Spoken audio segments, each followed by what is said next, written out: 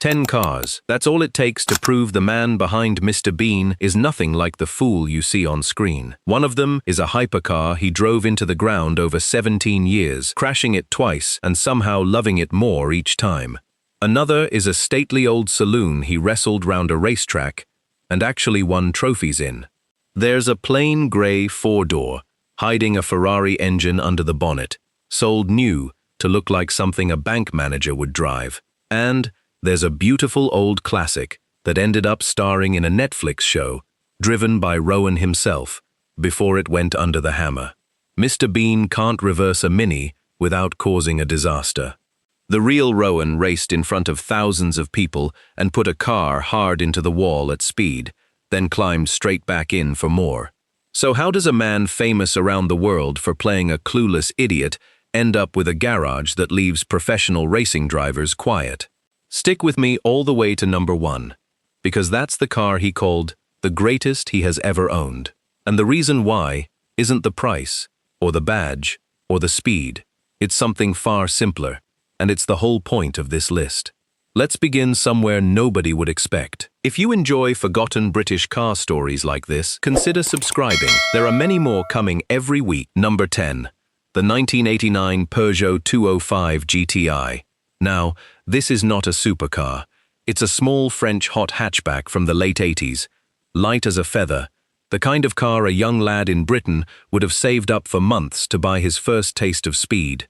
Next to a row of McLarens and Astons, it looks almost like a joke, a runabout that wandered into the wrong garage.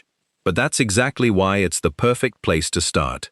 Because a man with Rowan's money could own absolutely anything he wanted. He could fill a warehouse with Ferraris and never blink. And yet, sitting in his private collection, parked right alongside the exotics worth 100 times as much, was a humble little 205. He'd owned it for about 3 years before it was sold directly out of his own collection in 2024, with his name attached to it. Now think about the kind of person that makes him. He doesn't buy cars to impress the neighbors. He buys the cars he actually enjoys driving. And ask any true enthusiast about the 205 GTI, and their eyes light up.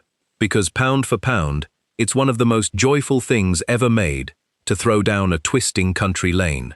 It's light, it's eager, it darts round corners like it's on rails. One of the wealthiest entertainers in the country wanted that little Peugeot in his garage for one reason: the pure, simple fun of driving it. That's the thread running through everything you're about to see. And if a cheap French hatchback reveals that much about him, the expensive machinery is about to say a great deal more. Number 9, the Aston Martin V8 Zagato. If the Peugeot showed us the fun side, this one shows us the collector who chases the cars nobody else is brave enough to buy. This one is properly rare.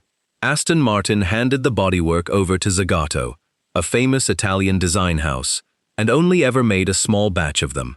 The styling split opinion right down the middle.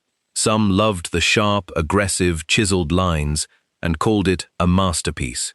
Others took one look at that bulging bonnet and reckoned Aston had completely lost the plot. Rowan wanted one anyway, and he chose his in blue. But he didn't buy it to sit under a dust sheet as a trophy. He put it to work. That very car appeared on screen in the film The Tall Guy, back in the days when comedy was still his main job, and the big car collection was only just beginning. Then, in 2001, he took his rare Zagato out on a track day at Croft Circuit. Not a gentle cruise, a proper session, pushing it the way it was built to be pushed. And it went wrong. He crashed it. 2 crashes now, and we're only 2 cars in. He's not accident-prone. He just refuses to drive these things slowly. And the next car is the one where that refusal turns into something far more serious. Number 8. The 1964 Ford Falcon Sprint. And now the collector turns into something else entirely. This isn't a shiny showpiece to be admired. It's a race car, an American muscle machine, all snarling V8 and squealing tires, built to do one thing: go fast round corners, with the throttle pinned to the floor. And Rowan raced it in serious historic competition, going wheel to wheel with drivers half his age who'd been doing it their whole lives. In 2014, He took it to the Goodwood Revival for the Shelby Cup. If you've never seen the revival, picture tens of thousands of people, every one of them dressed in period costume like they've walked straight out of the 1960s. Priceless, irreplaceable cars being driven flat out as though they cost nothing at all. Engines screaming, crowds roaring.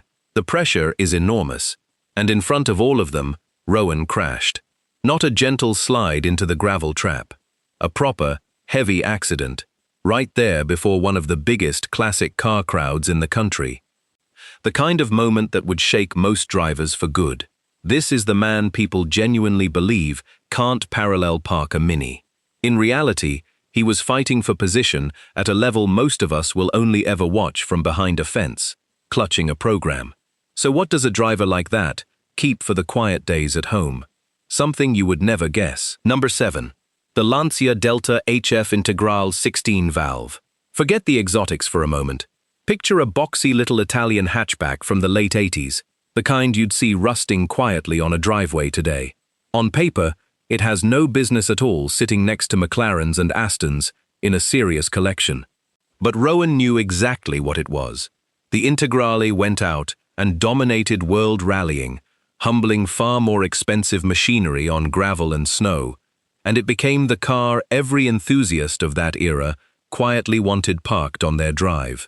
His 16-valve example arrived in 1989, and by then he already knew the car inside out, because he'd lived with the earlier 8-valve version first and learned exactly what made it special. He liked it enough to sit down and write about it in Car magazine, and that's the real tell. He could talk about a car the way an expert does, from behind the wheel and with real knowledge, not just from the checkbook. This wasn't a wealthy man collecting badges to hang on a wall. He genuinely understood the machinery he owned. That knowledge led him to some strange choices, and the next one might be the strangest of all, because you could park it outside a bank and nobody would look at it twice. Number 6. The 1989 Lancia Thema 8.32. From the outside, this looks like an ordinary 4-door executive saloon. Grey suit stuff, the sort of anonymous car a bank manager might drive to the office and back without anyone giving it a second look. Except under that plain, sensible bodywork sat a Ferrari engine. Lancia took a V8 engine derived from Ferrari, dropped it into a family saloon, and barely told anyone they'd done it. It even had a party trick, a rear spoiler that rose up on its own when you got moving, then folded quietly away again when you slowed down. It was one of the strangest, cleverest cars of its whole era. A supercar's heart, beating quietly inside a businessman's suit. Rowan owned one for around 7 years, and we know that for certain, because when it finally sold, the auction house listed it directly as his property. No rumors, no guesswork. His name, right there on the paperwork. A quiet exterior, hiding something extraordinary underneath. Now, doesn't that sound like someone you know? And Rowan liked that idea so much, a fast car, dressed as a dull one, that he went out and did it again, with something even sneakier. Number 5. The Mercedes-Benz 500e. Rowan clearly loved a car that keeps a secret, and this is the sharpest example of all. The 500e looks like a completely normal Mercedes saloon, the kind of quiet grey thing you'd drive straight past in a car park. But look closer at the wheel arches, flared just a little wider than standard. That's the only real giveaway of what's underneath, because this car was built in partnership with Porsche, hand-assembled, with a big V8 stuffed under the bonnet. A 4-door bruiser that could pull alongside a sports car at the lights and leave it standing, all while looking respectable enough for the morning school run. And Rowan didn't just buy one, he bought several. The records show a 1993 car listed plainly as his second 500e, and a 1991 example he'd already held onto for 4 years. He kept coming back to the very same quiet, brutally quick idea, again and again. Not flash, not showing off, just clever, serious cars, chosen by a man who knows exactly what he's doing. But before any of these, before the McLaren, before the racing, there was one car that started it all, and he never let it go. Number 4. The 1977 Aston Martin V8 Vantage, his first proper car. The brutish British machine they used to call a supercar in a suit. He bought it in 1984, before Blackadder had fully made his name. Back when handing over that much money for a car still felt like a genuinely huge, slightly frightening leap. And then he kept it. Not for a few years, for decades. In a world where the wealthy swap cars like they swap phones, Rowan held on to his first great Aston for most of his adult life. That's not a collector chasing value or waiting for a price to rise. That's a man who forms a real bond with a machine and simply refuses to let go of it. It even came full circle in the most fitting way. Years later, that very same first Aston appeared on screen in Johnny English Strikes Again, sharing the frame with the bumbling secret agent who made him famous all over again. And the car that comes next proves he kept a sense of humor parked in his garage too. Number 3. The 1963 Jaguar E-Type Series 1 Coupe. When Jaguar first pulled the covers off the E-Type in 1961, grown men reportedly stood in silence. Even Enzo Ferrari himself supposedly called it the most beautiful car ever made. Sit with that for a moment. The founder of Ferrari, handing that crown to a Jaguar, and Rowan owned one of the very best, an early Series 1 coupe, the purest and cleanest version of that famous long-nosed shape, before the design was gradually softened over the years. But here's the clever part. This exact car ended up on screen in Man vs. Bee, the Netflix comedy where Rowan's hapless character causes total chaos while house-sitting a huge modern mansion. So the E-Type wasn't hidden away under a sheet, quietly gathering dust and value. It was working. His own personal Jaguar, pressed into service as a co-star for a show watched by millions around the world. And in 2025, it finally came out of his private collection and went under the auctioneer's hammer, its Netflix fame now stamped forever into its history and its price. Rowan Atkinson used one of the most beautiful cars ever built as a prop in his own comedy show. Only he would think to do that. And if a 60s Jaguar surprises you, the next one is older still, and he did something with it. Nobody expects a man his age to do. Number 2. The 1952 Jaguar Mark VII. Close your eyes and picture a black tie film premiere in the early 50s. A big, elegant Jaguar rolls up, all sweeping curves and gleaming chrome and old-world class, and a star steps out onto the red carpet. That's the Mark VII. A car built for occasions, for calm, dignified motoring, for being seen. Rowan has one. Deep green, from 1952, sitting proudly in his collection like a piece of living history. But he didn't just polish it on a Sunday and admire the paintwork. He raced a vintage Mark VII on the club circuit, physically wrestling this great old heavyweight round corners it was never designed to take at any kind of speed. And he didn't just take part to make up the numbers, he won trophies doing it. Picture that for a second. A heavy, stately old saloon, never meant to be thrashed, and Rowan out there hurling it about and actually beating people. That's not a comedian playing at motorsport. That's a real racer who happens to be a comedian.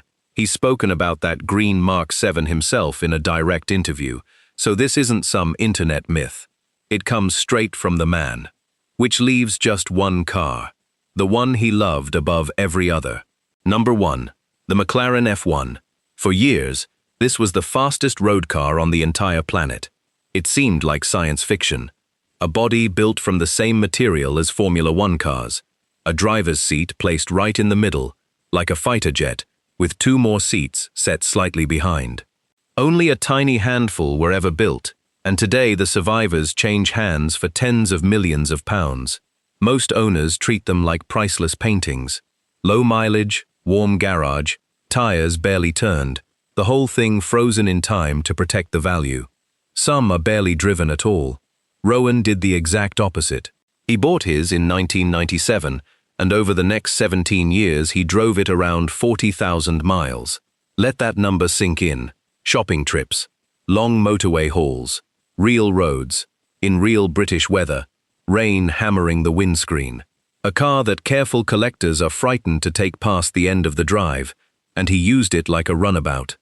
He told GQ it was simply his favorite car he had ever owned. And in true Rowan fashion, he crashed it.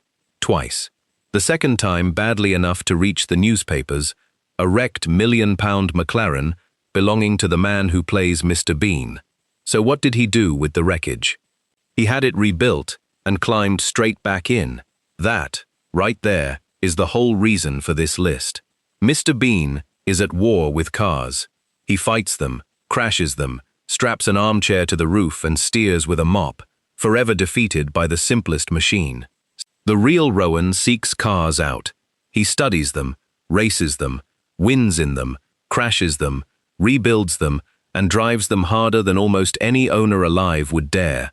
Same face, same voice. Two completely different men. So before you go, tell me this. Out of all 10, which one would you drive home tonight if the keys landed in your hand? The little 205 he kept for the sheer joy of it, the Ferrari-hearted Lancia hiding in plain sight, or the green Jaguar that stole a Netflix show? Drop it in the comments. I read every single one. If you enjoy forgotten British car stories like this, consider subscribing. There are many more coming every week.